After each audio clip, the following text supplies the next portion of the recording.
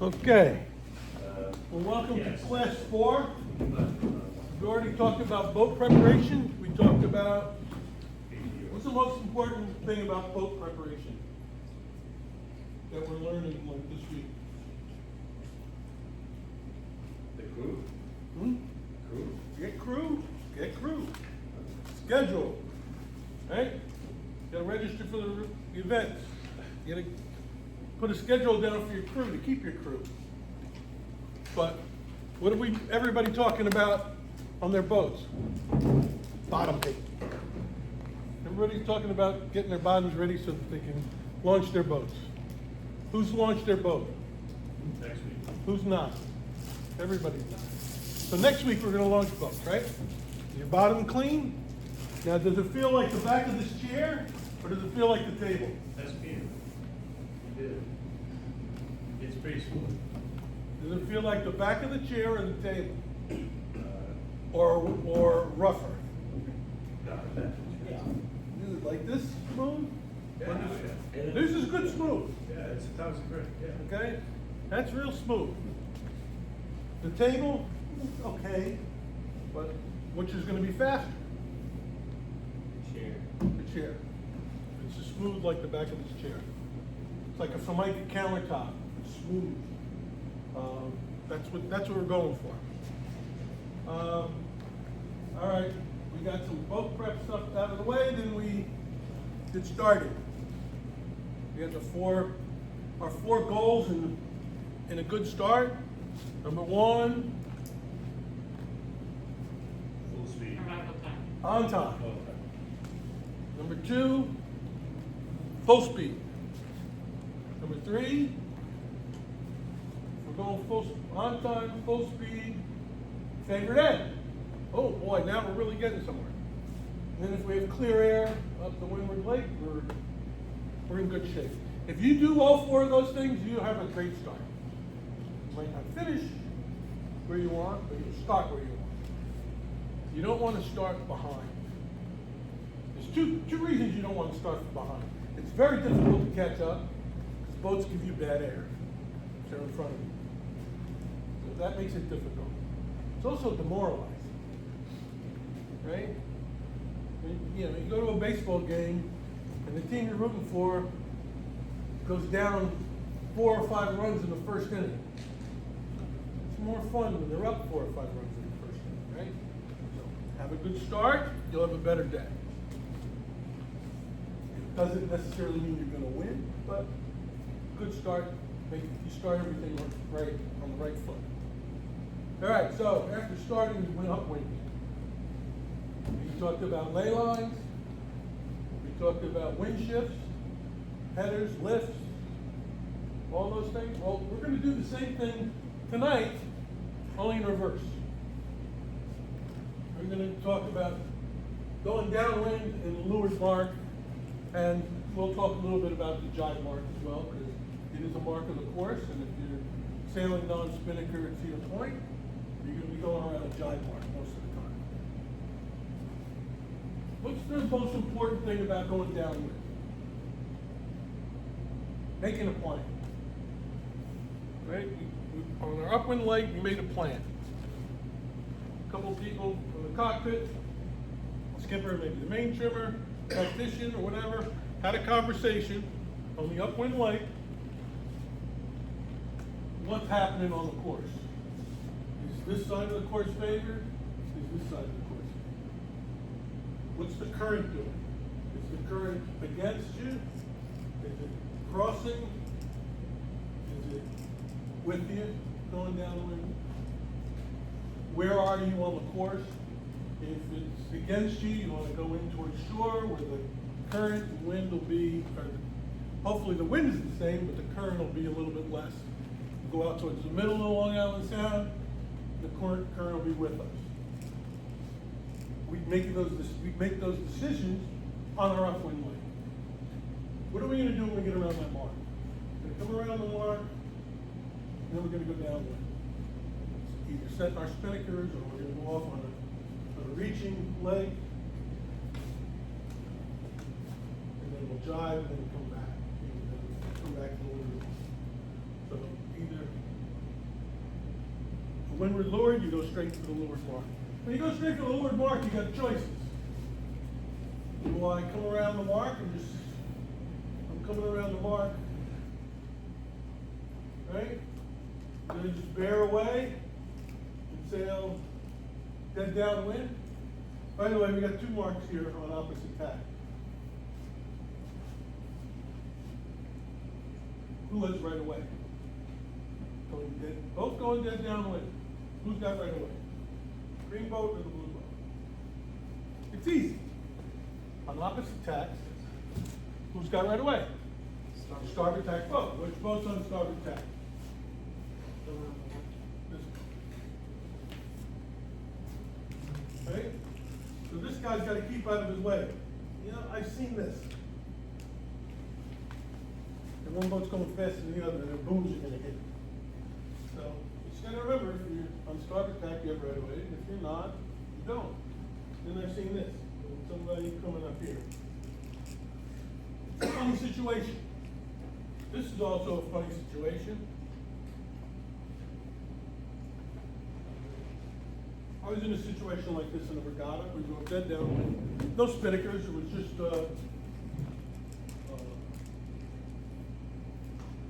jib and main. Who's got right away here? This boat, right? I was this boat, this other guy was over there. So can't you just have He was coming closer and closer and closer to me. I whispered over to him, hey, starboard. Oh my God! And then he went off this way, jived, I had all kinds of problems. He got nervous. What can I tell you? So, boats are coming downwind. What does this boat do to this boat and this boat? Lock in their air. So clear air is a bigger problem downwind, usually, than upwind, because if you're on a reach, not so much. But if you're on a run, you know, a dead run with a spinnaker or anything close to it, this spinnaker or that sail is going to block this guy's air, right? So you have to stay out of this situation if you get out here. How do you get out of this situation? Well, you can jive, go this way, and then jive back. So your air is clear. Simple. This guy's going to go after whoever's closest to him. So if you jive away here, he's going to come down, he's going to go after this guy. If you both stay there, he's going to he'll sit on both of you, right? If he's a faster boat, he'll come through, right? You have to go around.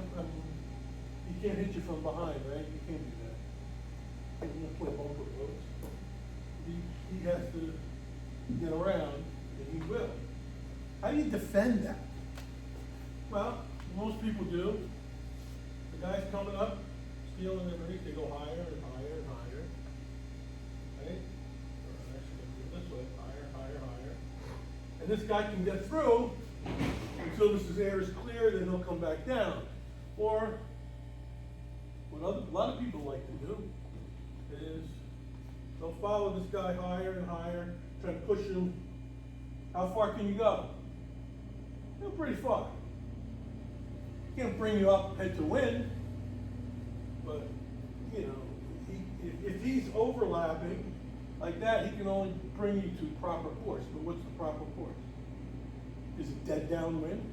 Is dead downwind ever considered a proper course? Yes, it might be, but it doesn't have to be. He can choose what his proper course is. Could you make the argument that it's just condition dependent? It is condition dependent. If it's light air, no one wants to go dead downwind in light air. And we're talking about a reaching leg, just a windward to leeward situation.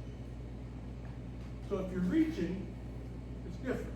In light air, everybody wants to reach. Going dead downwind is very slow. Right? So the heavier the air, the further, now the windward mark and the leeward mark, I mean, the fastest way, the shortest distance is a straight line. So if you have to go over here and jibe, you're going more distance, right? So if you go, if it's wind is light, you're gonna go on a reach, and then you're gonna jibe, and go on a reach. Now, if you're in a boat that has a symmetrical spinnaker, like squeeze play, for example, and it's blowing 12 or 14, blowing over 10, let's say, dead downwind's where you want to go. Because all of us clowns with the asymmetrical spinnakers, we can't go dead down, no matter how it blows. So we have to go off on a reach. And you can sail a shorter class, a shorter course. Right? Does that make sense? Sail a shorter course, if you can. It all has to do with how your boat is rigged, how it's set up, and what its conditions are. Right? Now, do we have lifts and headers going downwind? The lift upwind is good, right? We talked about that last week because it brings you closer to the mark. Right? But downwind, that same wind oscillation is bad. Okay, you want to sail the header downwind because the header, you'll be going closer to the mark and the wind is off, right? The header goes this way. So now, if I'm sailing downwind, I'm at an angle. The wind is coming this way. Oh, that feels good.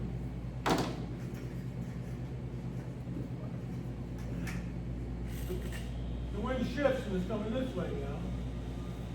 That's a better point of sail than dead downwind. So I'll be able to sail closer to the mark. So you want to sail the header. All right? This is pushing you away from the mark. The wind is away from you. So if you lift up, this is the header, the lift, the wind comes closer to the mark, right? You're going to be more downwind if you're in a lift situation. So it's the opposite, exact opposite of upward.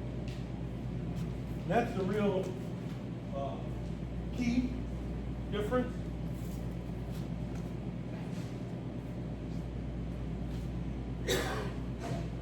So, I want to sail a headed back down. Doesn't change just because I turn. Lift is a lift, the lift is going towards the mark, right? Sail closer to the mark. The wind goes over here, you can sail directly upwind to the mark. See that?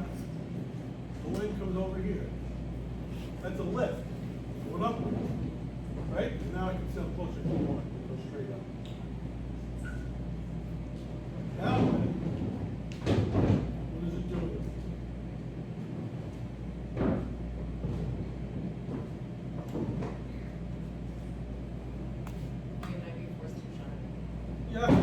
You might be forced to drop. You're not going to be able to sail as close to the mark. But if it's lifted, you can sail like straight and be on this back.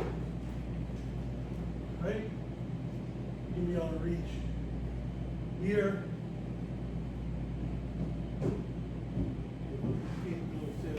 Sail to that mark. And if it goes enough, you jibe, right? But if it's just a few degrees, sail the header down. What's our objective going downwind? What's our main objective? Get to the leeward mark as fast as possible. Right? You want to get down to this leeward mark. If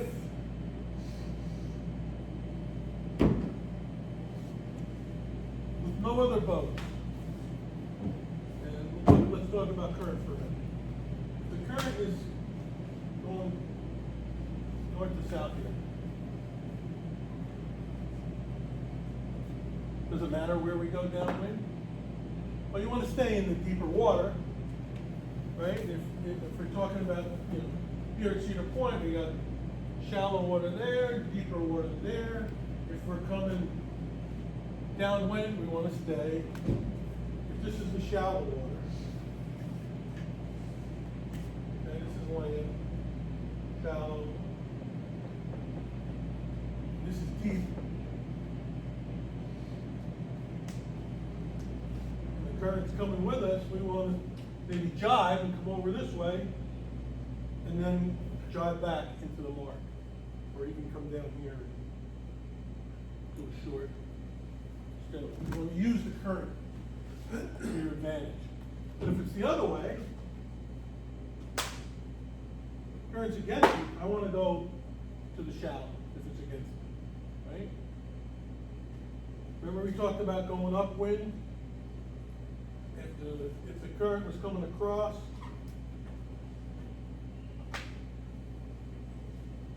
we want to head to that current, right? Because the current's pushing us closer to the mark, right?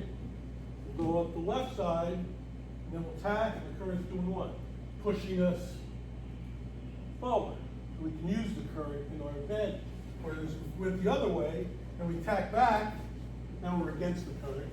And if I'm going upwind to the right, and the current's coming across, what's gonna happen? It's gonna move me away from the mark where I wanna go. And then when I tack, to come back on the ley line, it's gonna be against it. So you can use that to your advantage. You can do the same thing downwind. You want the current to be pushing towards the mark. And that's saying that the wind is the same on both sides. If we have better wind on one side and better current on the other side, what are we gonna pick? Always pick the wind. If there's a choice. And generally speaking, currents around here are parallel to the coast, tidal? Yeah, it goes back. Okay. That's it. Well, I mean, there's, you know, if you're in a small boat and you're sailing close to shore, you know, you got some islands over here, there's some funky things around the islands, but, you know, in a big boat, like yours, you're not gonna be sailing over there. So our concern is, what's the current? Where is the current in its cycle? Is it a lot? Is it little? Are we at a max flood or ebb? Or did it just turn? Right? If high tide was, you know, a half an hour ago, it's just turned to an ebb. Right? So it doesn't make that much difference. You know, that hour between both sides of high or low tide is the least amount of water is moving. Right? Halfway through this tide cycle, which is three hours, right? It's gonna be at its maximum. So if we know when high tide is, or low tide is, which is easy, there's apps for that. If you don't have a tide app on your phone, get one. They're free. You don't have to pay for it. Use the tide to your advantage. Why? If it's a half a knot, it's a half a knot.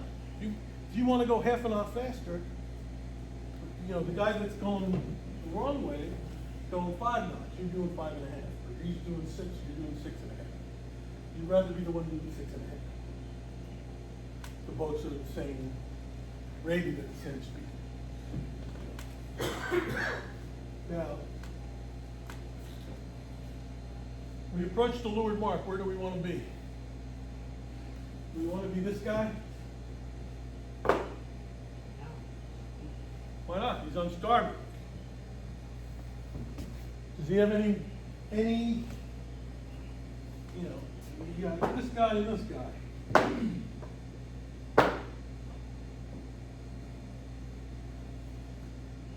The starboard tacker and the port tacker comes to the mark. Who is right away?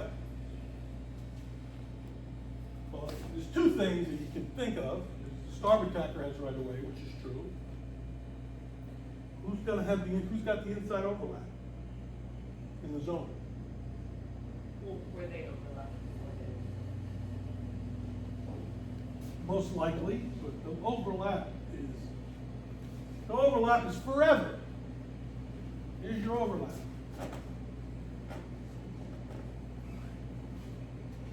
Be out here a mile. There's an overlap has occurred. Okay? So as you both approach, the overlap stays. You know, he may be down here and then he'll come across this way. Come across, and get to the mark at the same time as you have to give him room to get around. You have to give him room to jibe around the mark. So you gotta remember, his boom's gonna swing from that side to this side.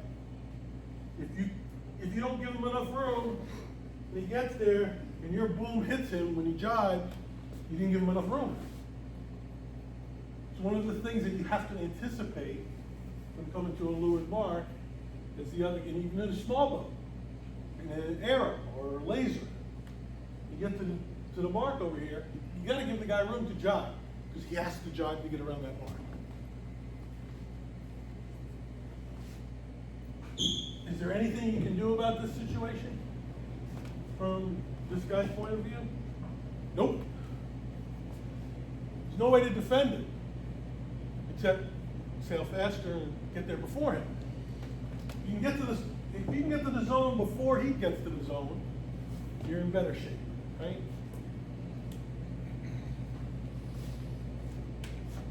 You know, he's out here and you're at the mark.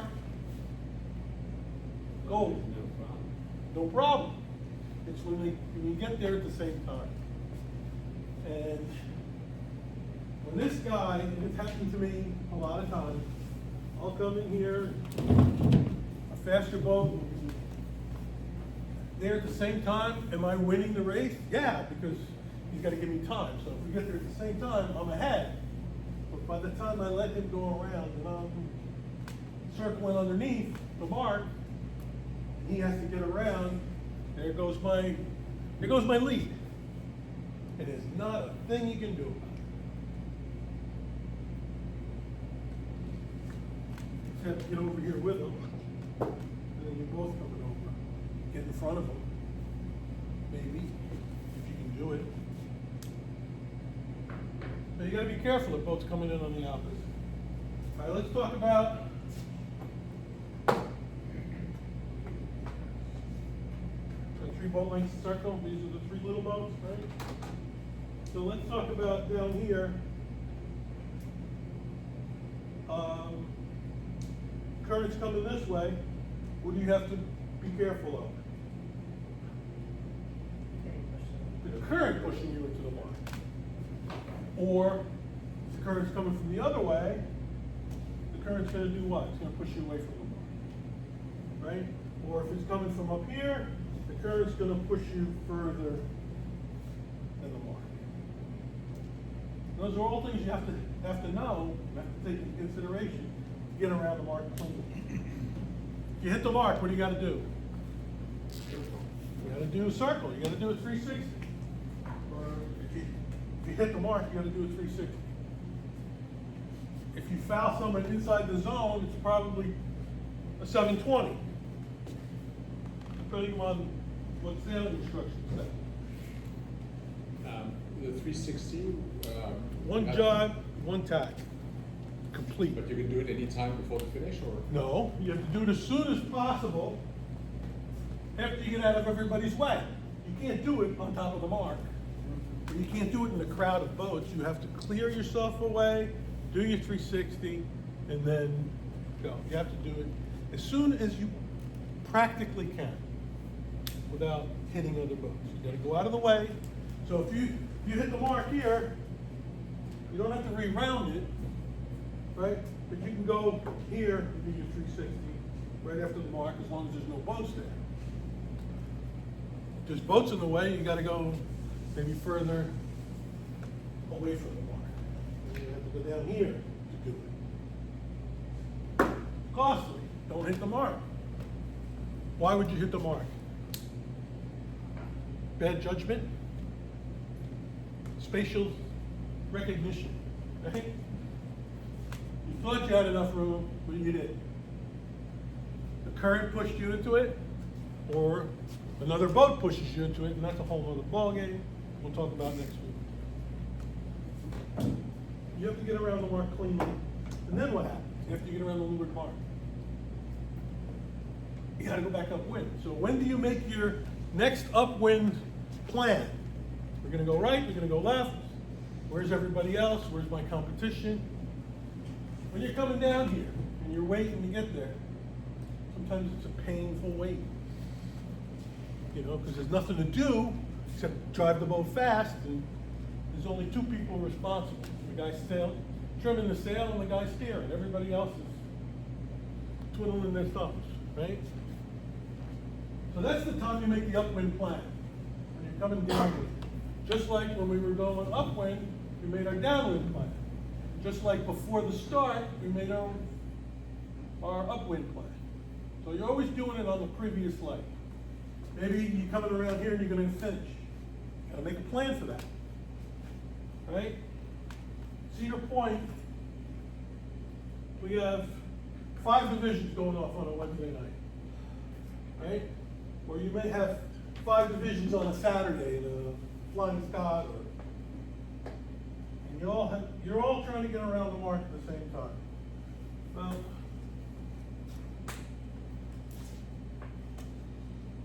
forget the current for a while. Going from the windward mark to the jibe mark. Now, what happens at the jibe mark if the boats overlap?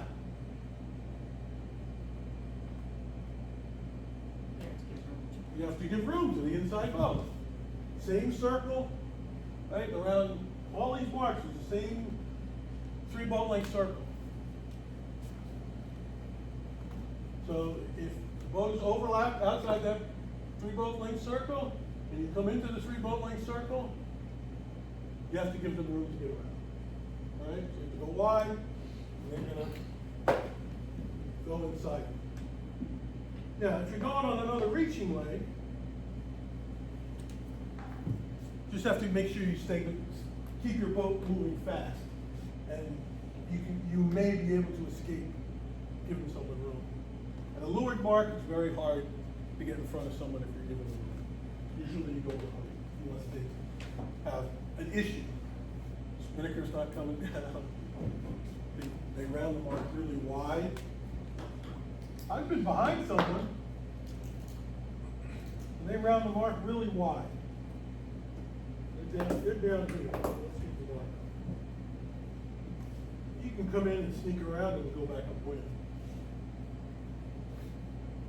That's part of the plan, right? If you're right behind somebody, you have to be behind, you can't really be overlapped to do this. So if you have an inside overlap, they have to give you room, and you'll probably get around them anyway, right? This guy is gonna go upwind, this guy's going around, he's coming around, right? He's gonna give him room, they're gonna go upwind, and this is what's gonna happen. He's gonna be inside, giving bad air to this guy, and you go right past him. The jibe is the same thing. Right? This guy can go inside. He's got the advantage. Now, if this guy's at all behind, he's going to get bad air. Even if he's a little bit ahead, he's going to get bad air. Unless he's way ahead and he's clean. If the wind is coming this way,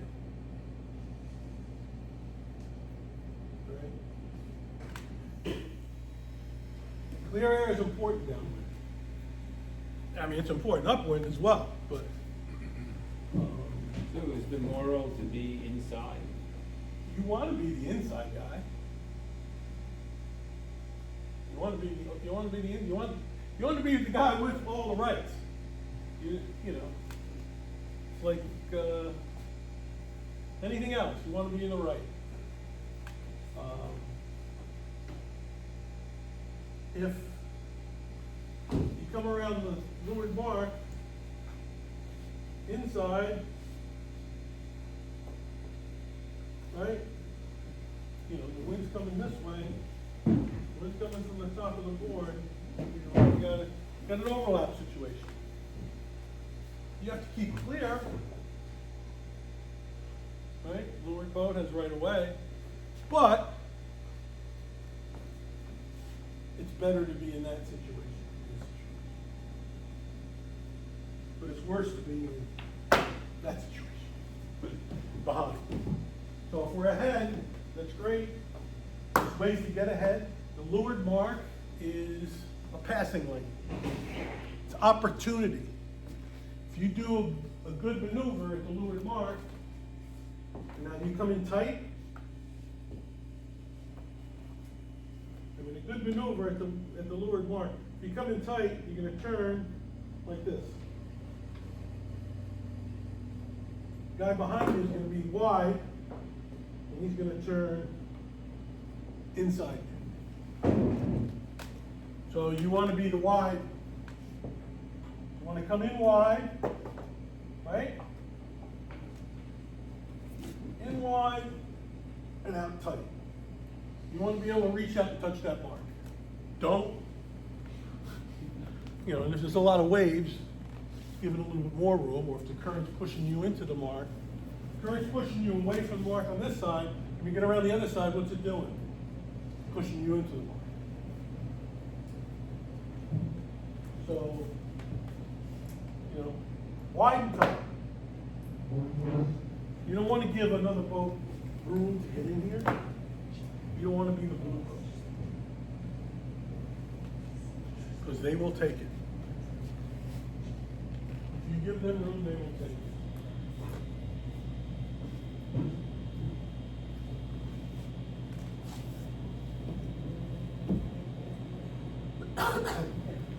How do we find the wind? With upwind, we can see the puffs coming across, the water ahead of us. It will always be ahead of us. Right? The wind's coming this way, you'll see the puffs coming down this way. You're going this way, and you're going upwind. When you're coming downwind, what do you gotta do? Someone's gotta look look behind. Someone should always be looking behind. If you're on the boat, can the guy driving the boat look behind? Well, he can, but he's gonna steer like this. How do you teach people to count puffs? Practice. Count them down. When you see a puff, count it down. If you know how to do it and the other people don't, count it down out loud. The puff coming in 5, 4, 3, 2, 1. Then it hits. If you're good, sometimes you're off a second or two. Or a puff coming in 30 seconds, count it down. If you do that, and you know how to do it, and you're good at it, everybody else will get good at it if you're vocal. All right? If you don't keep it to yourself, and they don't know, well, it's only practice. No one's going to know the first day. I don't know. I don't know how you feel about this, but the advice I got once when counting puffs is, especially in the beginning, is you can change the cadence of how fast you're counting too. So if you're a little bit slow, as it gets closer, you can speed You up. should always instead of try loud. to count a second at a time.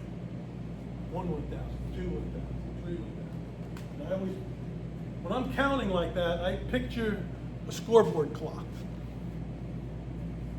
And that keeps me in rhythm. You ever watch a scoreboard countdown? When you're in high school playing sports, or you're watching a football game or a basketball game on TV and the clock's there? That's what I imagine. I imagine that flash coming. That helps me. Other people have other ways to do it.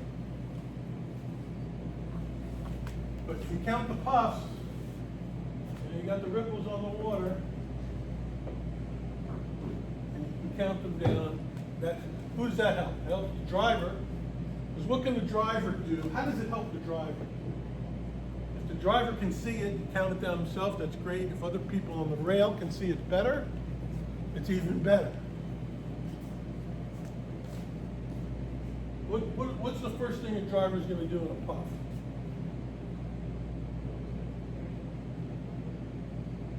To keep the boat upright. He's going to head up. You can pinch a little bit in the puff. You can gain, you know, a tenth of a boat length, but, you know, 10 puffs later, it's a boat length you're ahead, right?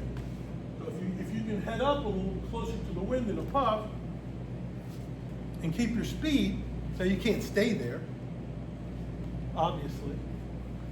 You head up to stop you from heeling over. What happens when a boat heels over excessively? What happens to the keel? The keel gets shallower, right, and less effective from pushing you sideways. The boat goes sideways with the keel. So you don't want it to go over. So if you're driving in a puff, you can head up a couple of degrees, give the main trimmer a chance to drop the main, or if you're the main trimmer, you can do it at the same time. You can let the main down so you're not excessively heeling over, and then after the puff's over, you pull it back in. He lets it out, and he pulls it back in. He lets it out, pulls it back in. If you just sit there and walk that main and don't worry about it the whole day, not sailing fast. If you have puffs. And if the wind is steady, then you can get away with it. But if you have puffs, that's not going to happen. You're not taking advantage of the situation. There's a lot of little things to take advantage of. Current, wind speed, direction, lifts and headers, puffs, lulls.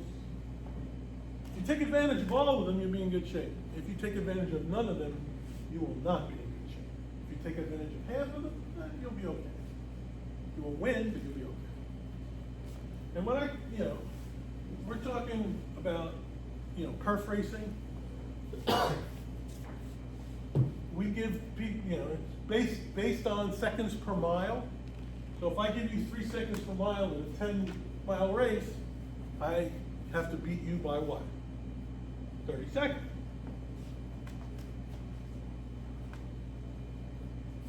Can you get 30 seconds? Or lose 30 seconds around the course by not hitting the luffs, not easing the sail, not sailing the headers downwind and the lifts upwind? You can do more than 30 seconds, right? If you're giving someone 3 minutes, you can make up half of that time if you do all the right things. And that's why the fastest boat always does not win. They have an advantage because they can sail in cleaner air, but they don't always win. Even though they get around first, they don't always win.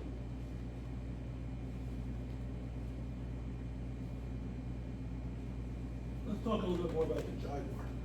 How do we position ourselves at a jibe mark? You got boats coming downwind. There's not a lot of change. Some boats do better on a reach than others.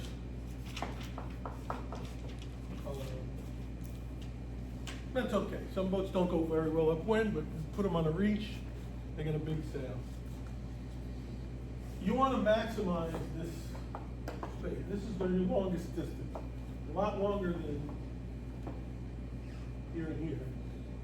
Out to the jibe mark and back. You want to maximize what can you do to your sails on a reach? Trim them.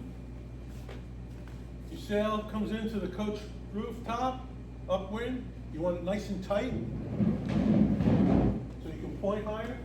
Downwind, figure out a way to get that, on a reach, it doesn't need to come in tight. And if it's just loose, you got a big curve and the back end of the sail isn't doing anything.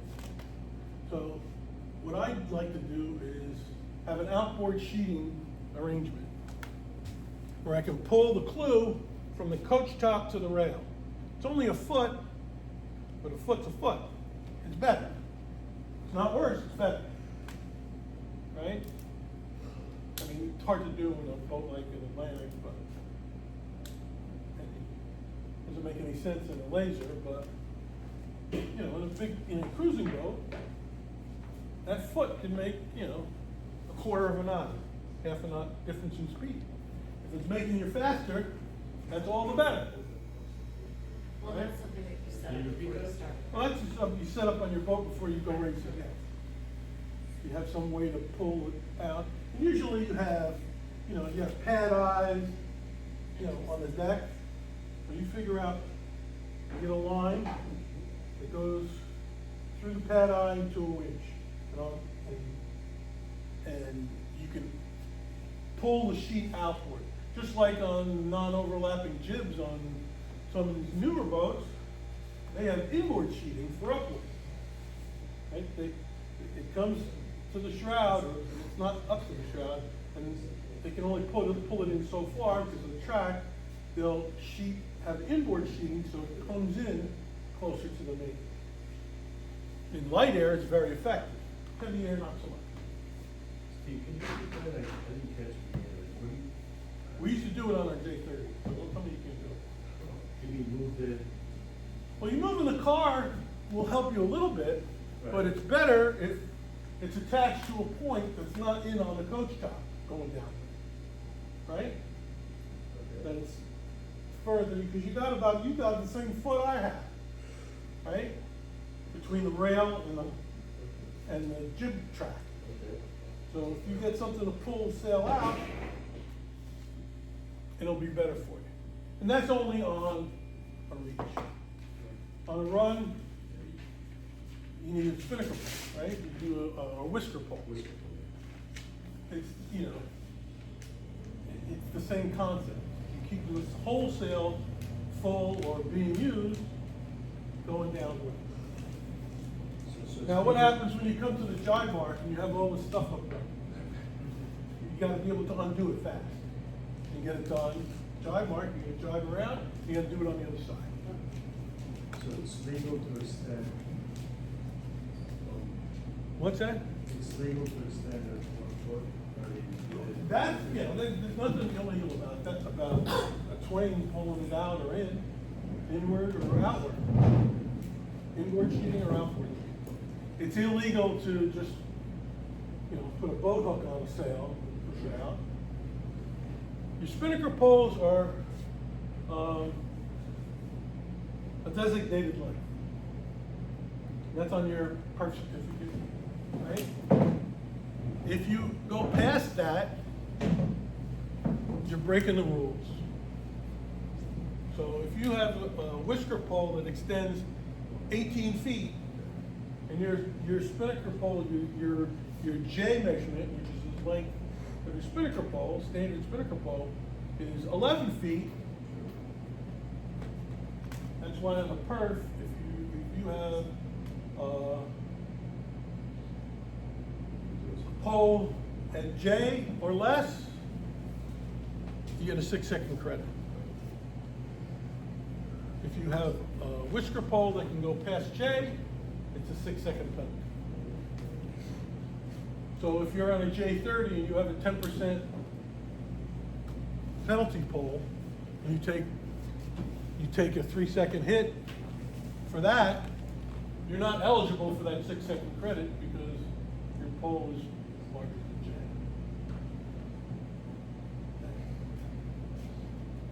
That's just perfect. And what do we need to know about our next leg? Well, we went upwind before. We've already been upwind, right? We went upwind. How did we do? Did we make out on boats that went left when we went right, or we went left and other boats went right? What happened upwind? Well, chances are the same thing's going to happen on the next leg.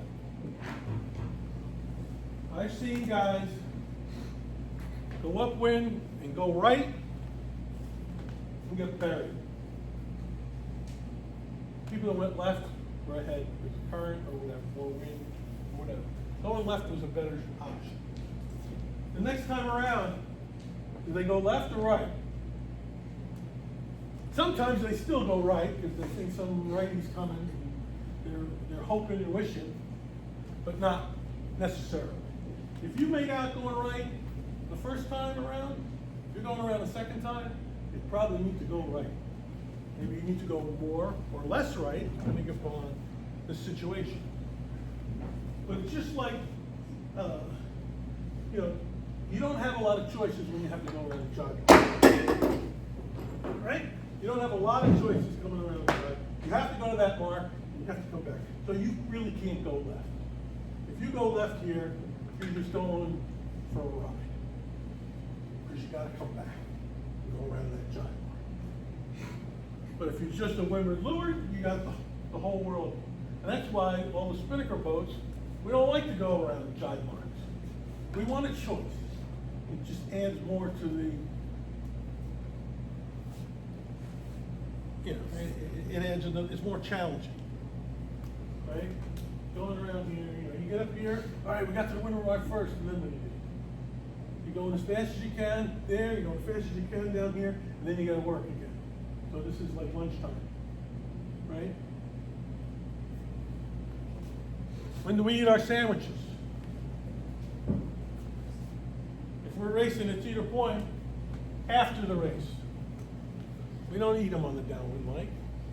That's, you can make, if you don't pay attention to what's going on downwind, you're gonna have a lousy upwind leg, the second one, or people are gonna pass you. You have to concentrate as much. I mean, granted, if you're just going to a jibe mark, tactics are out of the way. You just have to worry about other boats. You don't have to worry about going right or left, because you have to go right. Left, depending on where you're looking at. You have to go to the one side. But now, the other issue you have sometimes is you have a jibe mark that's not exactly in the middle. So you're doing a run this way, and then a real tight reach this way. It's not half and half. It's not 45 degrees both sides. Less on one and more on the other. How does that affect what we're doing? Well, you have a little bit more. Do I go stay high and keep the boat moving in light air and go past the mark and jibe? Sometimes that's an option. Sometimes that's a good option. If this guy's going low and slow, you gotta know your boat. You gotta know what's optimal for your boat. If low and slow is good for you, you go really fast, dead downwind, wing on wing or whatever, knock yourself out. But if chances are, if you do a little bit of reaching, you go here and then jibe and then come to the mark, you'll do better. Chances are. But if we're doing windward lewards, you got the whole world to choose from. You go right, you go left, you jibe 3 or 4 times. Now, do you lose, when you're tacking, a lot of tacks is probably not a good idea because you slow down every time you tack. Well, a good jibe, you may slow down a little, but you won't slow down a lot. You'll slow down because you're going from a reach, the time it takes you to get dead downwind and then back on a reach, you might slow down a little bit. But that's easy to negotiate, easy to navigate. So we don't want to, you know, we have to plan. Make a plan, go downwind. At the jibe mark, make a new plan. Now, if we're going to finish right after the leeward mark, finish pin. When we're going downwind, what do? Well, is the finish pin like this? How do we know? Well, when we're going downwind, someone's got to look. Which is closer to the leeward mark, the pin or the boat?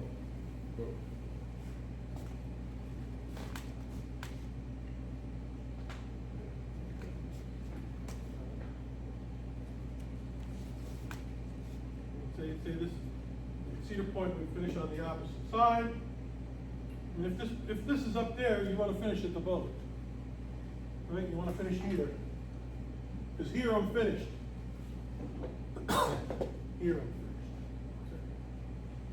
Right, I'm on the line, I went less distance, fell at the boat. So when you're coming down to this mark, figure it out. When you're coming past the committee boat that's in the middle of the course. Yeah, if the committee boat is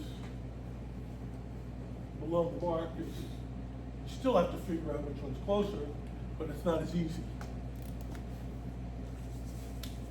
Right? Just do downwind tips. Do we have any questions on like lifts and headers? Why is a header better? Why is a lift better, upwind, downwind? I think that's,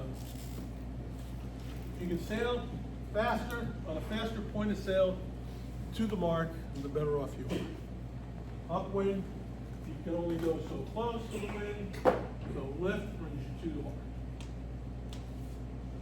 Downwind, right? If you're going dead downwind, the wind changes. You're not doing dead downwind, maybe the wind shifts. You know, the wind shifts. The wind shifts over here, do it that way. You're on a better point of sail, you're gonna go faster. That's a header though. You just shift it away from the mark. Away from the wind. You wanna sail the header.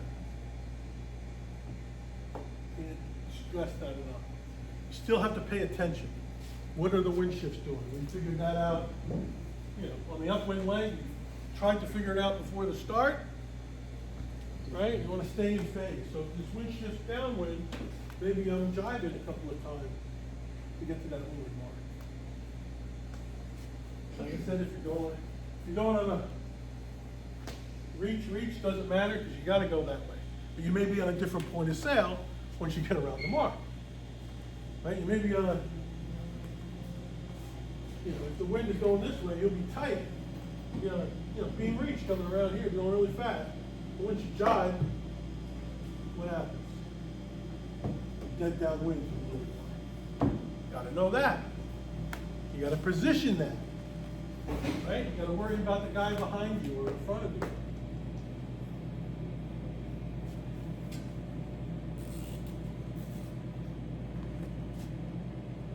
Now, what are the, coming into the leeward mark or the jive mark, what do the rules say? Who's got a rule book? Did anybody buy a rule book? I sent you all the links. Anybody get the rule book online?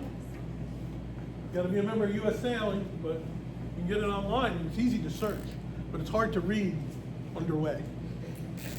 Right? It's hard to read the small little thing when you're bouncing up and down. But you shouldn't be reading the rules when you're underway. You should read them before. You should know them already. How many pages is part 2? About 10. About 10. About 10 pages. Written at a 5th grade level, I think we can all handle it. I think we can all try to remember what those rules are. It's important. Because when you're in a situation, you don't have time to think. And the rules don't give you time to think. If you're gonna protest somebody, how long do you have between the incident and you yell protest and you put up your protest flag? How long do you have? What do the rules say? Someone find out what the rules say. And let us know. Isn't it immediate? Immediately, as soon as possible. You know, I'm not exactly sure what the exact wording is, but as soon as practically possible. Now, if there's a collision and people are bleeding, take care of the bleeding. You know, if someone's fallen overboard, grab them and get them back on the boat. But in just a regular situation, immediately you got to put the flag on. You got to yell the word protest in English, no matter where you are in the world. Protest in English. You can't use synonyms to the word protest or synonym phrases like "I'm taking you to the room." Doesn't count. If you don't say protest, you don't have a valid protest. And we'll talk about that more next week. That's not in part two. We're gonna really concentrate on part two. When votes. But if you have to read the rule book on your Windward or Leeward Lake, you're behind the eight ball. So there's 10 pages, memorize them, it's not hard. You don't have to know what number the rule is, you just gotta know what the rule is. I mean, when you talk about it 1,000 times, you get to learn, Rule 10, Rule 10.3, but it doesn't matter, as long as you know what it says. That's what you have to remember. All right, we talked about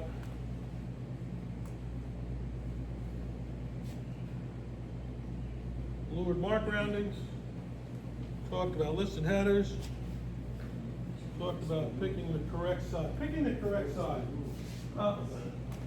The same as upwind is the same as downwind. You're gonna pick the correct, you're gonna pick the side that's more advantage to you with current and wind. And if it's a choice between one or the other, always choose one. No wind and chop, big heavy boats stop.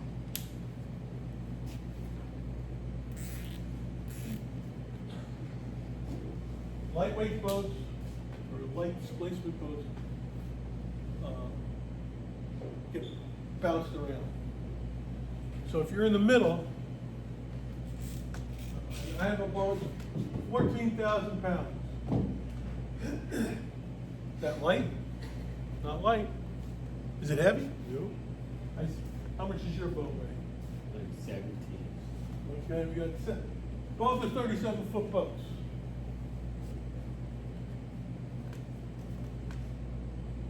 What is a J30 weigh? 8. A lot smaller, but if you had Havoc, which is a 35-foot boat, it's running in about 10K. In light air, he's advantage. In chop, not so much.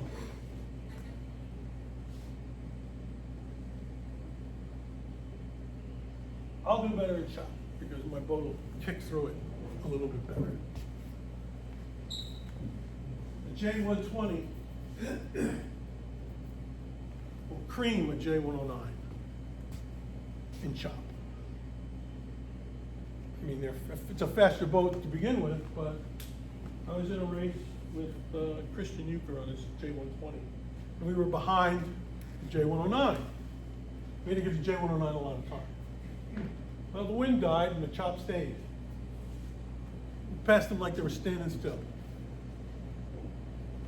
because of the weight. Now, if you're overweight, big fat cruising boat, you'll do okay in the chop. You just, too much is too much. If there's heavier chop that night, and you're a lighter boat, would you recommend loading it up with some more weight, or no? It won't make a difference because it's No. thousands. No, you can't. You can't make that up. But in light air, a light boat in light air is going to do really well if you can sail it with less people. You sail it with less people. In heavy air, you're going to want more people on the rail, and that will help. But it's not gonna, it's not gonna get you through the chop. Well, it might get you through the chop a little bit better. The boat's characteristics, and that's why some boats are considered better racing boats than others, because they can handle the conditions. Now, what kind of conditions do we have out here? Mostly. What do we see on a Wednesday night and Sunday? Alan, you've been here a long time. What do you see in light air? You're gonna see 6 to 8 is probably going to be your average will be somewhere in there, between 6 and 8. If you're all sailing on the same boat, doesn't matter.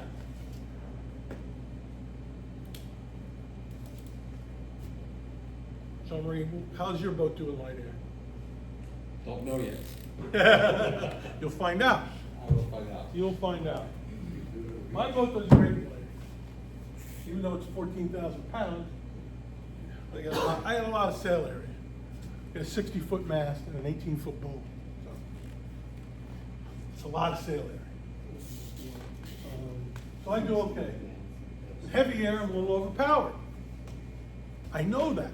So when I do my preparation, you know, I got a small jib and I got a big jib. So I'll go to the small jib sooner than some other people because I'm overpowered in heavy air. I might reef if I'm overpowered. If I can put that little jib up, which is 135, it's 105% rather than 135%, well, and I'm still overpowered, I have to reef. I don't reef very often. I pitch like crazy.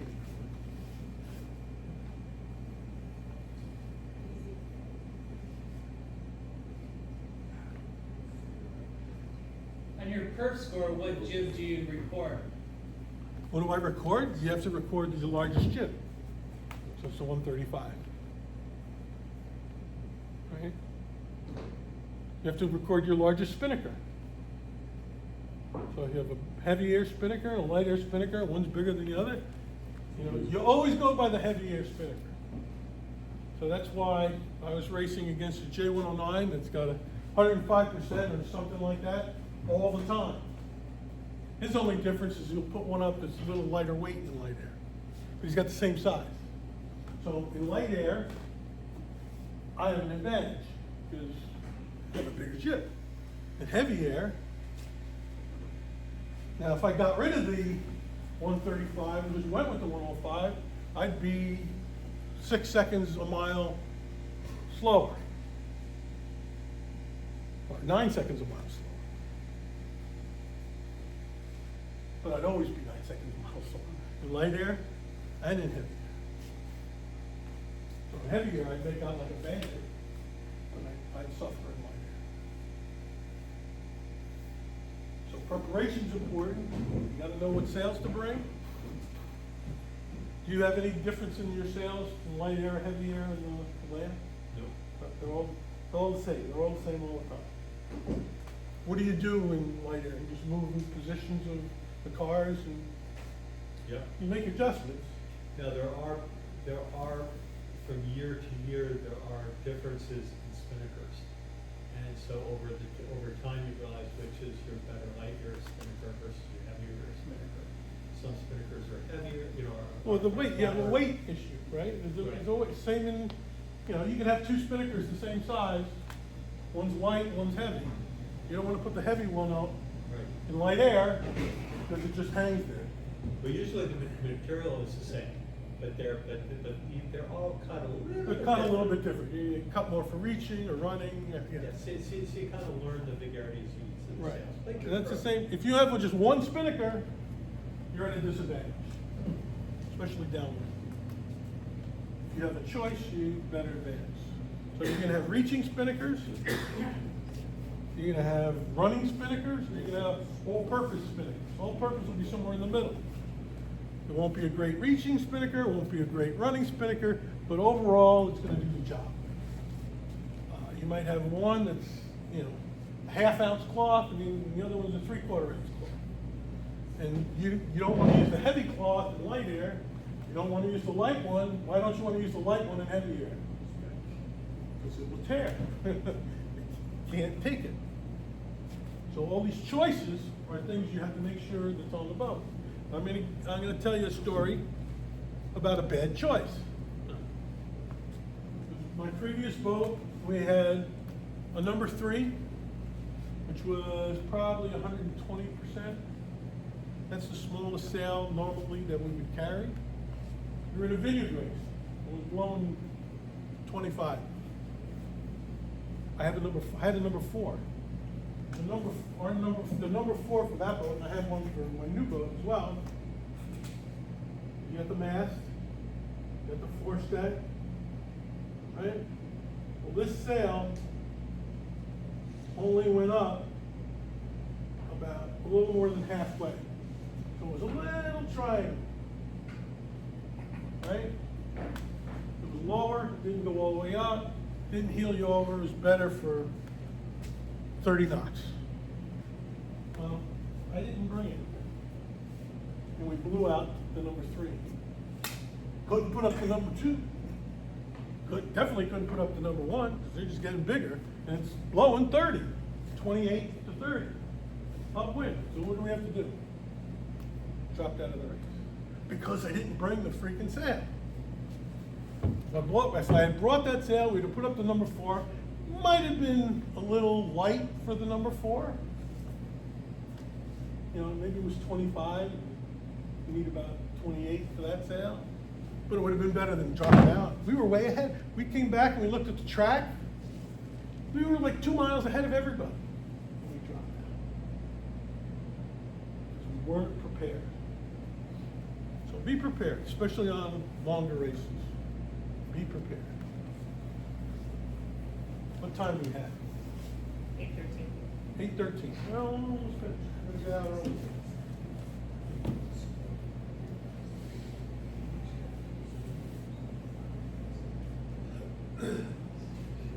Let's talk about ley lines to the leeward mark. What's a ley line to the leeward mark? Depends on your boat and how you sail it. Are you a deep reacher or you have an asymmetric spinnaker? Your ley lines are going to be different to the leeward mark. You can hit the ley line when you're coming downwind, and then you got the jibe to make the mark, whether it's here, at a jibe mark. If you're going around a jibe mark, your ley line is directly to the next mark. That's a reach, right? And we talked about the wind shifts, and if the ley line changes, we have to change with it, or if the optical angle changes, we have to change with it. If we're just sailing from windward to leeward, where is our ley line? Coming around the windward mark, all right, we're upwind, we're coming in, all right, then we're going to bear away, right? We set our spinnaker or not. When do we turn to this mark? Do we turn now? Well, you can, but you're gonna have to go back.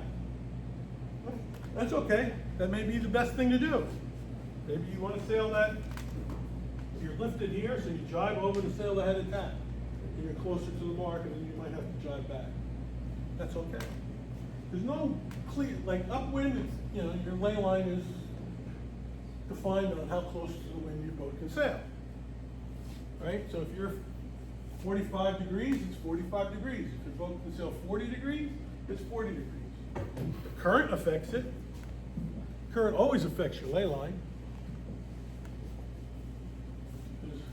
If you have current going this way, and you're going for a ley line up here, going for a ley line up here, or let's say the current's coming from here, you have to go a little bit further because you're going to get pushed down.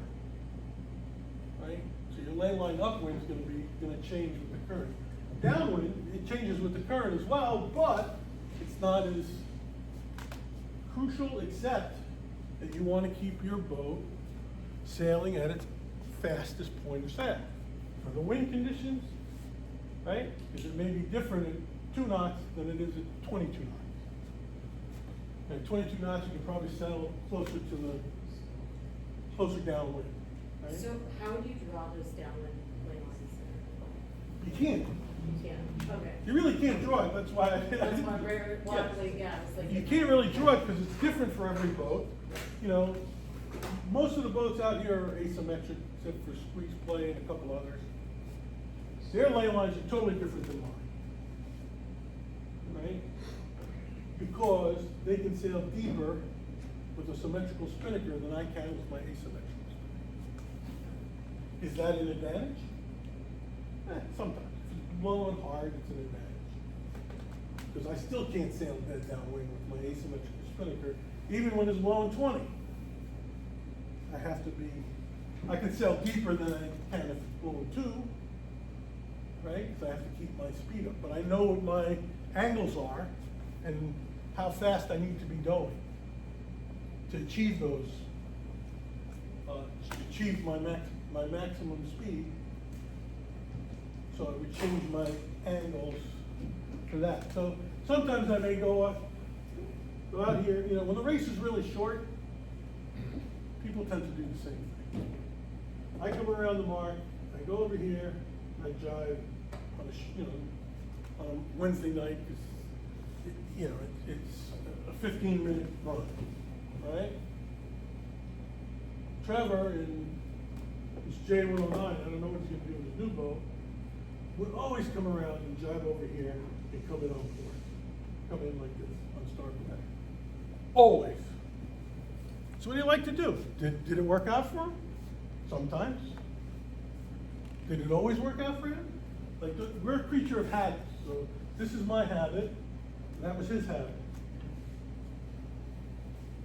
So every once in a while, I like to just mix it up. Come around the mark, jive. Yeah, it depends upon what the wind's doing. If we're in a lifted situation or a headed situation, like I said, downwind, I'm gonna sail that header and jive on the lift. Is the current an issue? Is it more current over here than here? Or over here than here? Then I'm gonna go to the side with a more favorable current. Whether that means less current when I'm going against it is more favorable than more, and the other way, vice versa, if the current's with me. More favorable if I'm in the current, if it's going the same direction as I'm in, or if it's pushing me towards the mark. I don't want to come in here like this with the current against me, my current marker. Current's against me, coming in like this is very slow. So I'm against the current. Coming in like this, if I time my jive right, it can help me out. So it depends on your boat, depends on your style. Everybody's got a style.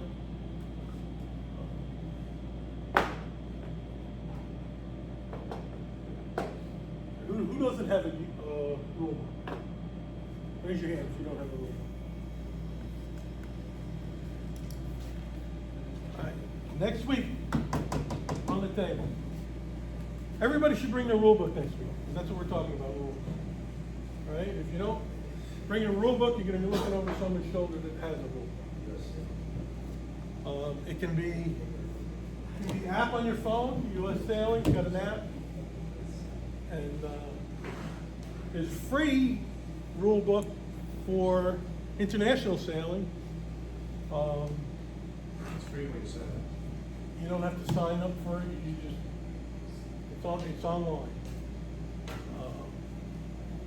But it doesn't have all the prescriptions for US sailing. It may or may not be. There are some subtle differences between US sailing prescriptions. So the book you want is going to say right here, the racing rules of sailing for 2021 to 2024, including US sailing prescriptions. Not that much difference. So for the class, I don't think it'll make any difference at all. But for real life, it'll make a difference. So get the one with US sailing prescription. US Sailing seems to be the best place to go. If you're a US Sailing member, you get one. Your first one is $7. Otherwise, I think it's $14 if you're not a member. You don't have to be a member to buy it, but you do have to be a member to use the online app. They ask you to sign in.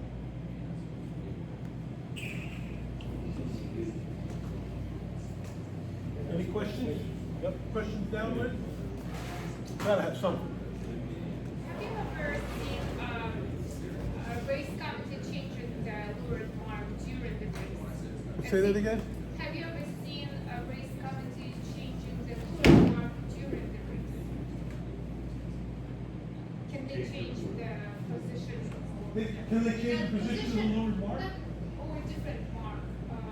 I mean, yeah, when they change your position of a mark, or change the mark that you go to, they have to change it before the first boat in your class gets around the previous mark. And they have to notify you at the previous mark that maybe they'll tell you, you know, out here, we'll say, we're not going to G, we're going to E. And they'll put up a big E, and they'll put some, they'll sound some sound, they'll make some sound in the horn, and they have to do it here. So the race committee boat or mark boat will be sitting up here, and you'll hear it when it comes, it'll be like a bunch of blasts. It shouldn't be 5, and it shouldn't be 3, and it shouldn't be 2 or 1. It should be some other number, because all those numbers mean something, right? So they'll have some blasts, they'll have a board, and it'll have a G on it, or an E, or whatever the change mark is. Now, some regattas, if you read sailing instructions, will say they'll have a plus or a minus, or a green or a red sign, whether it's moved to port or starboard, and you have to go look for that. Other will have a compass course. If you're in a bigger boat, they use compass courses because we have compasses on our boat. If you're in lasers, they can't use a compass course because nobody has a compass on a laser.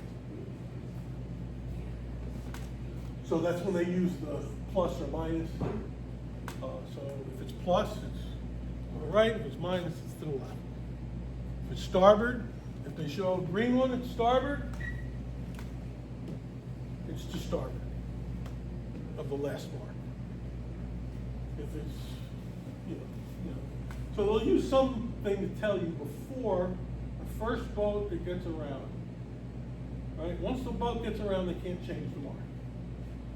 And they can't change, if they're changing this mark, they can't change it here. They got to change it up here at the previous mark. Sometimes they couldn't get there. We had a problem with the Swan 45 because it was so much faster than everybody else. By the time they were at the mark 1, 2, 3, and the rest of us are halfway up the leg. Couldn't make a change because they were already around the mark. When they realized that we weren't gonna, that the wind had shifted, and if they wanted to change, they could. But that's, or sometimes you'll be in a fleet, different fleets. Division 1, 2, and 3, or maybe Lightning Scott, Flying Scott, Lightning, Arrow, Thistle. They'll put up a flag for what's affected. So then, if you have 4 fleets, they may put up 2 flags or 3 flags. Then the flag that's missing is not affected, right? Because they probably couldn't get there in time. I mean, on Wednesday nights and weekends, unless it's a big regatta, we don't have enough chase boats to have one at every mark. We don't need one at every mark. It doesn't happen that often. But it is nice when they change the leg, because when the wind shifts all the way over here, running down to this mark down here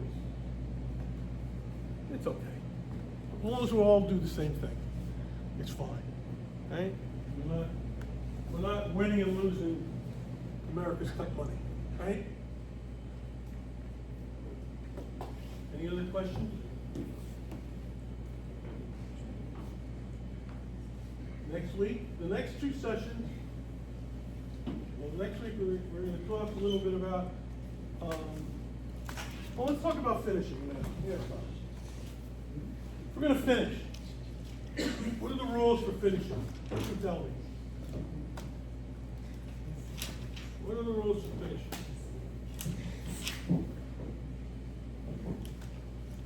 What's the definition? Look up in the definitions what it says for finishing. Well, you have to. When any part of your boat in its normal position crosses the line. Okay? Could be your spinnaker in normal position, crosses the line. You're finished. Now, when you're coming in, a lot of times, and I really should talk about this. Leave that alone. Use this as the drive mark. When you got boats coming down on the course on a Wednesday night, they're going to finish, right?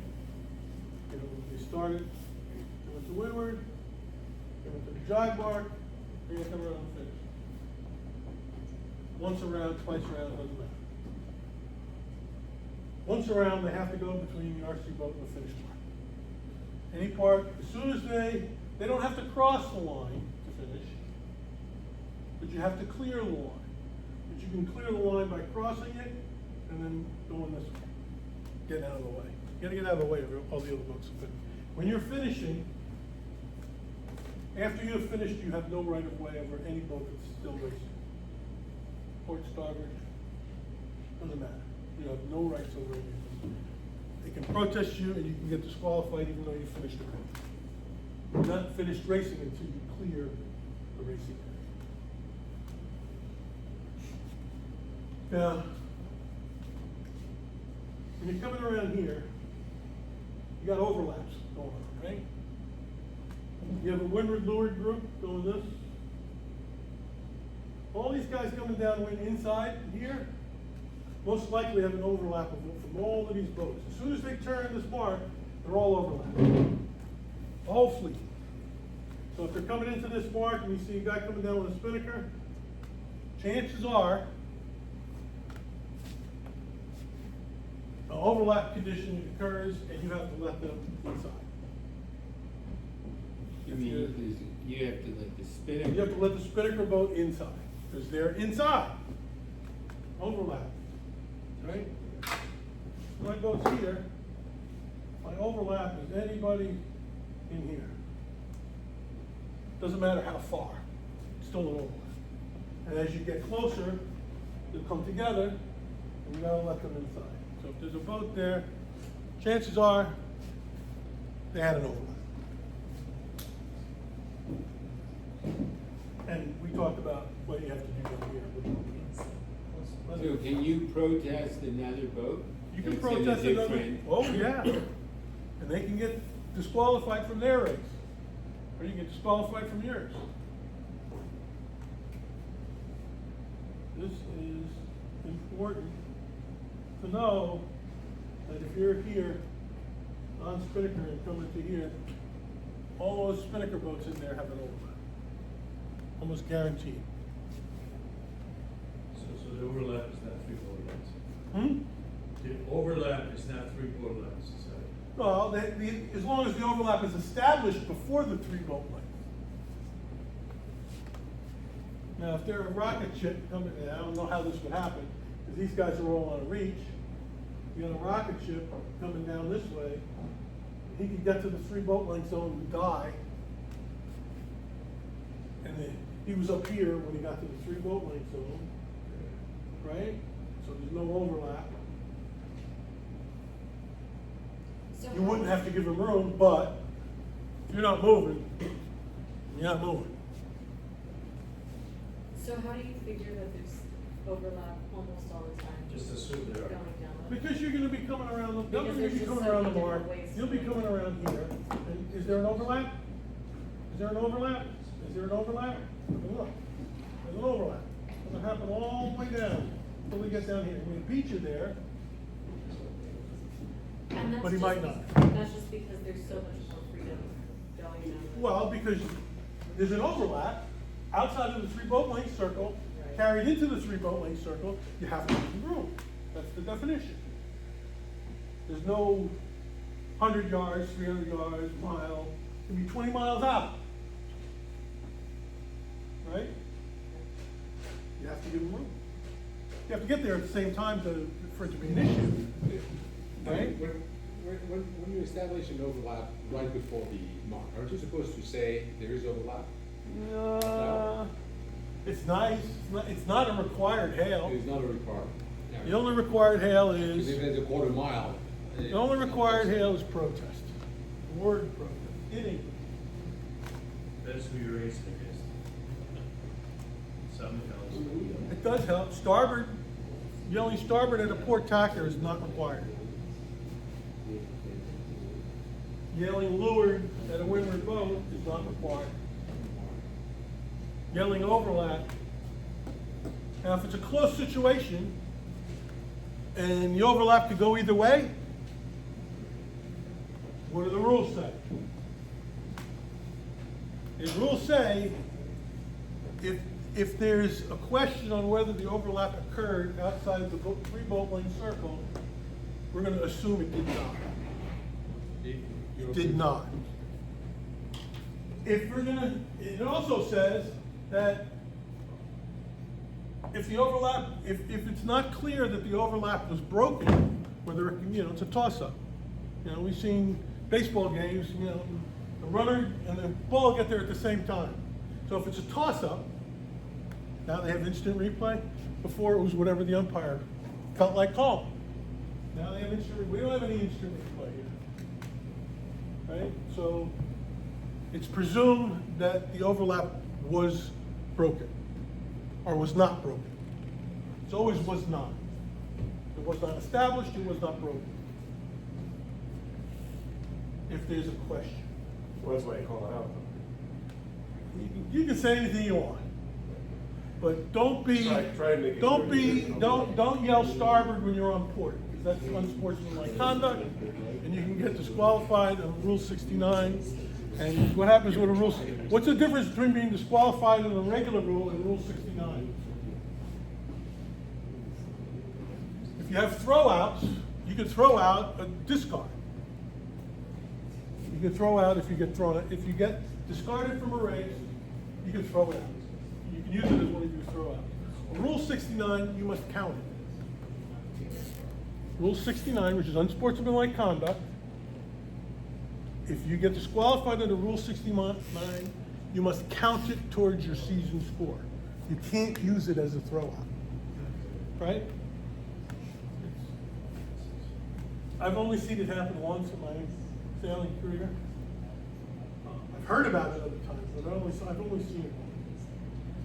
And I laughed my ass off. And I was losing the season series by a point. Then he had to count the 13 from the Rule 69.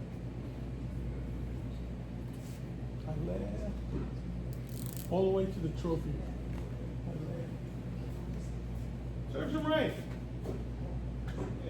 He had a good year, and he ruined it by cursing somebody out on the race course. Are people that emotional where they can't just muzzle themselves? Some people can, some people can't. But like when there's that much on the line. Well, they're stupid. Everybody's not smart. The world is not full of smart people, right? I mean, there are smart people in the world, and there's plenty of them, but it's not everybody. So what happens if you say, overlap, blah, blah, blah, the other coach just doesn't agree with you, then you're hosed, right? No, you're not hosed. You can protest Well, how do them. you even honor? You can protest them, but you gotta prove it. You gotta prove it. We'll talk about that when we get to protest. How do you prove it? Are you allowed to take pictures with a smartphone on board? Sure. Some juries will let you use them and some won't. Videos, some will let you use them, some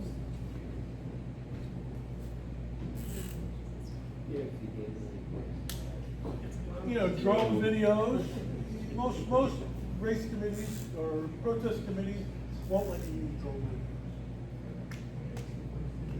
Unless it's a nationally televised event, big high stakes event, like America's Cup, they will use everything they can. Or maybe there's a rule that they can use some things and not others. Could be in the sailing instructions, we'll talk about that also. But when we finish, you just gotta cross the line, clear the line, and let other people finish their race, get out of the way, turn your engine on, and get the hell out of there. Or, if it's light, you turn your engine on. As soon as you hear the horn and your sail number, boom, engine on, forward, get the hell out of there. Don't interrupt someone else's sailing. And another thing, when you're coming around this last mark, and there's 85 boats here, gotta pick a lane, man. You're gonna come around the mark, when do I tack? When do I tack? Do I go for the boat or the pin? Right? So you're gonna make a decision. Do I tack right away? And go up here, and then have to tack back to finish? Maybe, but then I'm on port tack, not a good position. Do I go further and then come back and this way? It depends upon Where is everybody? You gotta know, where's your competition? A lot of times I'll come around the Leeward Mark, and I'm in Division 5, and I have Division 3, 2, and 1 boats in my way. Does that help me or hurt me? Well, if they're taking my breeze, even though they're slower boats, they're still taking my breeze. And if someone went around in front of them that had to give me time, I could lose that time in that short leg.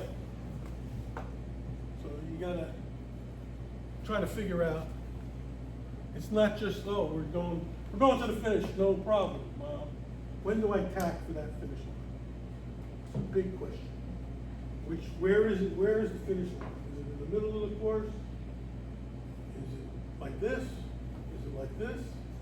Right? Like this, I want to finish, if this is the finish line, I want to finish here. I don't want to go the extra distance. If it's like this, I'm going to finish here. I don't want to go the extra distance. Most of the time it's pretty square, and you end up going to, you have a clear lane. What's a clear lane? Clear lane is clear air,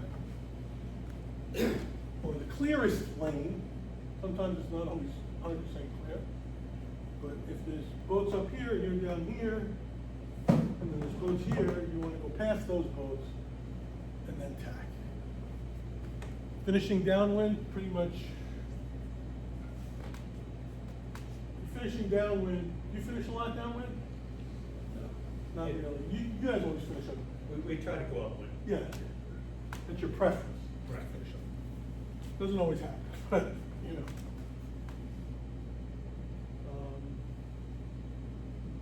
Finishing can be tricky, and it can be simple. If you're out in front, it's simple. Go to the side, get you there fast. Right? If you sail too far, what are you doing? Giving away time. When you come back, right? You go too far, you're giving away time. If you don't go far enough, what's going to happen?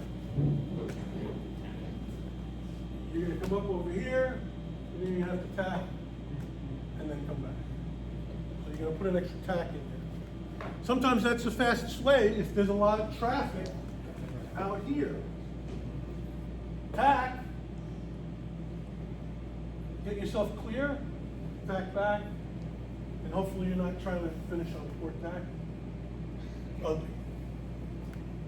A lot of people scream at you. I was finishing on port tack. I came around this way, guy was coming up this way, screaming at me, port, starboard tack, okay. I came and went head to wind and crossed the finish line. Got lucky. Got lucky, he couldn't come close enough. So he stayed about a boat length away, or half a boat length away. I was safe, because I did not interfere with him. Because I came and I went head to wind, across the finish line that way. It was faster than waiting. I mean, I came right around the video. I mean, I was like here, I turned on the dime, went head to wind. It's not the fastest way to finish. Probably would have been faster. Probably would have finished faster if I went another boat length and then tacked. You know, because then I would have came in like that, right? I came in head to wind. Committee boat's not that big. It's only 36 feet. It's a boat length. I wouldn't advise doing that. You scare the crap out of this guy. You know, they yell at you a lot. Well, Mike, you could hit me if you wanted to. Is that you, Mike? Yeah. Who did I do? I can't remember what I did. They were mad. Yeah, we didn't have to finish that. Pick your lane. Understand where it is, what the other boats are doing. It's very important when you finish. All right. So I got any more questions? You know the definitions of mark room, finishing, and all those things, you're better off. And all the definitions are in the book. It's a whole chapter. And then there's appendix at the end of the book. all the stuff they forgot to put in the first part of the book, or they didn't have room for. And when do they change the rules?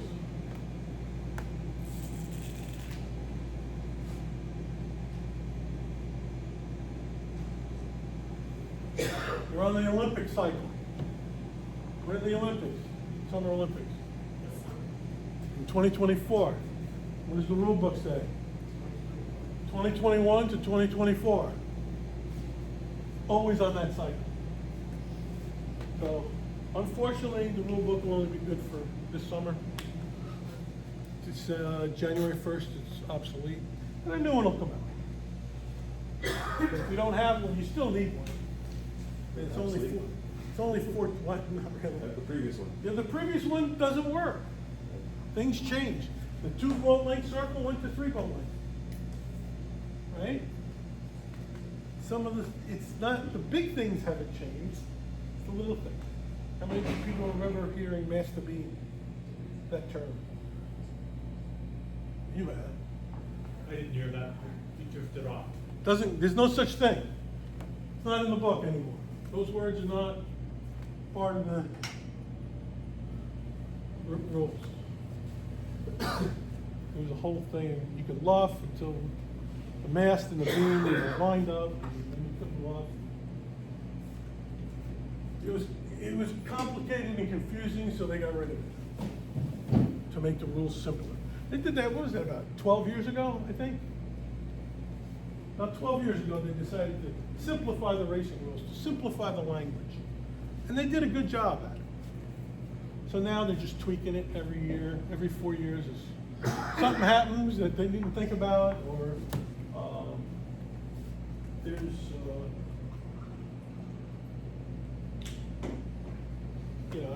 things change, boats change.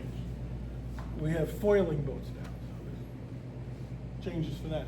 They have remote control sailing boats. They have their own set of instructions. And a whole chapter on just remote control. I don't know if it's in there anymore. It was. They have windsurfing. They have And windsurfing in there, and they'll, but the main, the regular rules, part 2 is when boats meet. And there's rules for all kinds of other things. There's rules for running regattas, there's rules for running protests, there's rules for participation. What are we concerned with here? When boats meet. We're not running regattas, we need to learn how to race our boats. So when boats meet, very important, it's 10 pages. Please read it, at least once. If I could suggest also, if you could, ever get a rules seminar with Dave Perry. Okay, I'm glad you brought that up. So entertaining. It is very It's easy, he makes it so easy. Dave Perry does great rules. But we have something coming up that you've all probably may or may not, if you're a member, you've been emailed about. It's about, not Dave Perry, Dellenbaugh. Dave Dellenbaugh. Dave D. He's running a seminar, it starts Monday, next Monday. It's his 50 best tips. And I think the first session is Monday, it's 2 hours, it's online, it's a Zoom call. They're fabulous. That's your next step in your education. Starts Monday, they're gonna talk about starting on Monday. He's the first one to start. Then he's gonna go through what I went through, probably in more detail. So it's a good next step. Marco, you better be signed up for that. What's that? Dave Yeah. Dave Dellenbaugh's That's 50. 3 years. Starts Monday. Cedar Point has a discount, Yeah, that's $30. $30 instead of He's got $50 or $45. I would suggest this book, Dave Perry, it's the Racing Rules Quizzes, so it's a bunch of different quizzes. Oh, yeah, that's good. Yeah. On that link that I sent you, there's a lot of different, racing rules made easy. They don't have the card that I have, so I'll give everybody next week if you show up. I have some. Don't make that anymore. You can make copies of it. They can print it. But, those rules. Rules are next week, important. And then the following week, we're going to finish whatever we don't finish in the rules. We never got through it. So maybe following week will be Tuesday. For all those We're stats, gonna do if you're gonna take their. how to fill out the protest form, how to act in a protest, what you need to do homework-wise before you get there, and what you can do to avoid it. Most important. How do you avoid protest? Don't be near another boat. That's not always possible. Right? Right? I told you, what's the best way to avoid being protested? Be in front. Be in front, no, if you're in front, if you're book length ahead of everybody else, no one can protest. Unless you don't stay on the course, right? Be out in front. I did this seminar for Ideal 18 program when we started it 20 years ago in Stanford Yacht Club. All I wanted to know was, how do I have rights getting around the water? Okay, and it's simple. It's only 2 or 3 rules that you have to pay attention to. Everybody can read it.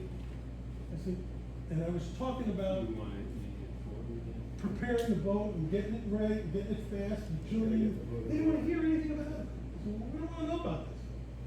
We want to know what happens when we get to the Leeward Mark. I said, well, how do you avoid a problem with the Leeward Mark?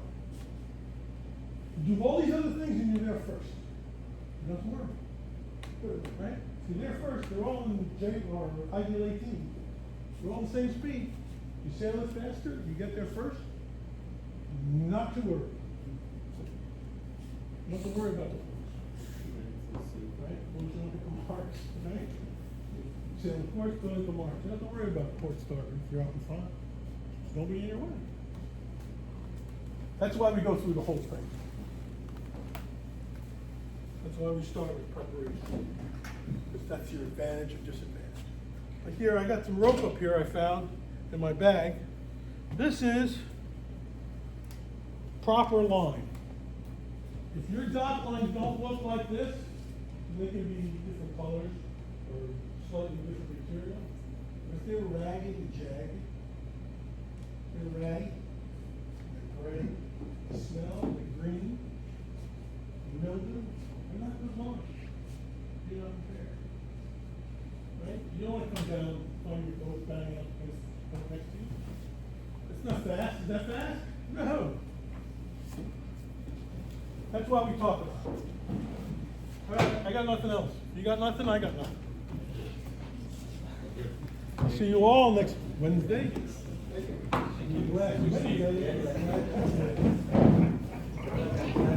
Thank you, Steve. Will everybody sign in?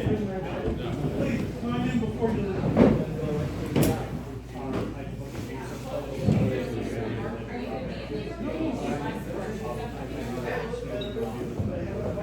Well, actually,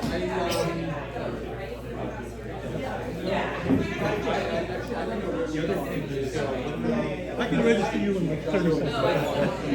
After the midway point, your voice started to fade a little. You had competition with the ice machine.